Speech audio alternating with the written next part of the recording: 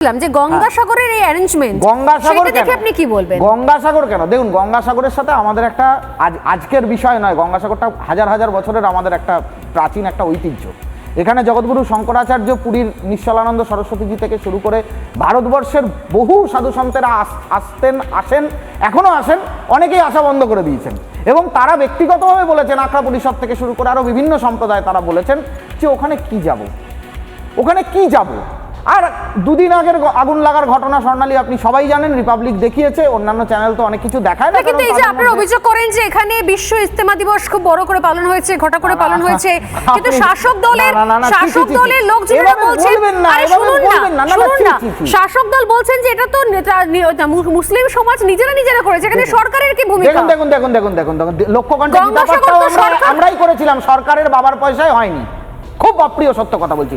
বিশ্ব ইজতেমার কথা বলছেন স্বর্ণালী, বিশ্ব ইজতেমা আমাদেরকে তো মহামিলনের বার্তা দিয়ে গেল। কংগ্রেসের সভাপতি শুভঙ্কর সরকার, সিপিএম এর নেতারা আর অসীমা পাত্র, এরা হাত ধরাধরি করে মাথায় হিজাব বোরকা পরে তো দাঁড়িয়েছিল ওখানে। দেখান না ছবিগুলো, আমি দেখাবো আপনাদেরকে, টিমকে দেবো সেই সমস্ত ছবি। এক জায়গাতে কংগ্রেসের নেতা শুভঙ্কর সরকার আর তৃণমূল নেত্রী অসীমা পাত্র বিধায়িকা, তার সঙ্গে সঙ্গে গোঘাটের বিধায়ক মানস মজুমদার থেকে শুরু করে একের পর এক তৃণমূলের বিধায়ক, এমএলএ, প্রাক্তন মন্ত্রীরা ইজতেমা তো মিলিয়ে দিয়ে গেছে। ইজতেমা কমরেডরাও ছিলেন, কমরেডরা তো থাকবেনই, একই বৃন্তে দুটি কুসুম বলে কথা।